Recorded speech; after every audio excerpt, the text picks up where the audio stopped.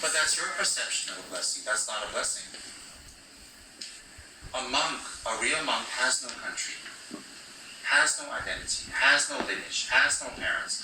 A real monk wouldn't be bothered what country they live in. A real monk wouldn't be affected by their background, their lineage, their family. That's your perception of a blessing. That's not a blessing. A blessing is when the difficulties come, you can still turn it around to something positive. That's a blessing. A blessing is not to live in your country peacefully. Not at all.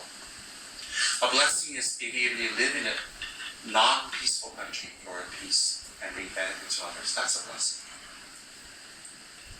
But it's really sad to see in the news, monks setting themselves on fire. But you have to understand something. Just because you're a monk doesn't mean you're practicing. Just because you're a Buddhist doesn't mean you're a good Buddhist. Just because you're a Christian doesn't mean you're a good Christian. Doesn't mean that. Just out of millions of Buddhist monks, if you have a few doing that, it doesn't represent all of them. I certainly wouldn't go and light myself on fire.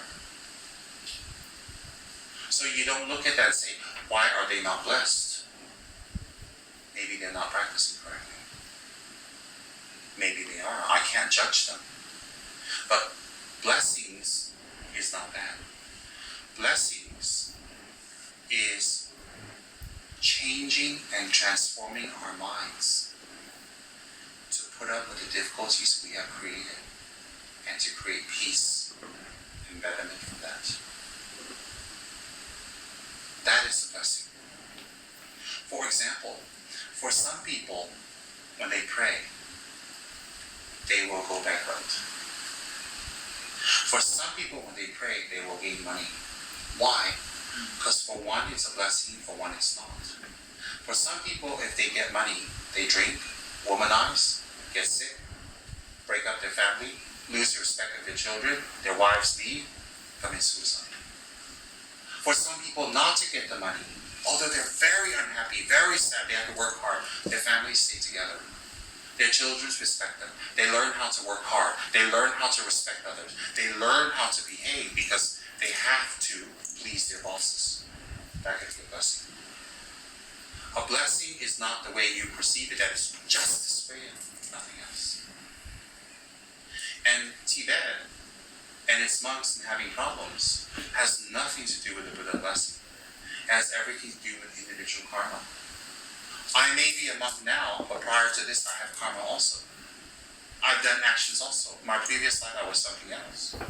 So the hundreds and hundreds and hundreds of lifetimes I have will not be cancelled out by this one single lifetime. Those actions will still return. You understand? But if we persist, definitely the blessings will be there. Definitely. Okay? Makes a little more sense? Yeah. And then the other question about having our past life. So when our population keeps increasing. That's such an easy one. That's what I told you in the beginning. The Earth is just one speck in existence. Oh. Just a speck. I'll give you an example. During a flood, there's a small lake become very big. Where does the water come from? From the ocean. From the sky. But the water is still the water. So my point is, you don't look at human population as just planet Earth.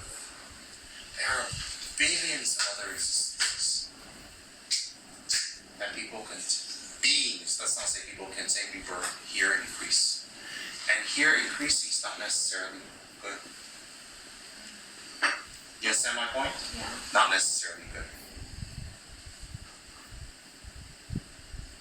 So when you look at human population, you're looking at one speck in existence. Samsara consists of 6 realms.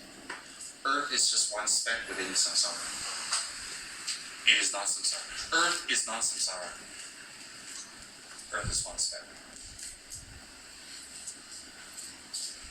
Samsara is a Sanskrit term which identifies or translates as existence. The realm of desire.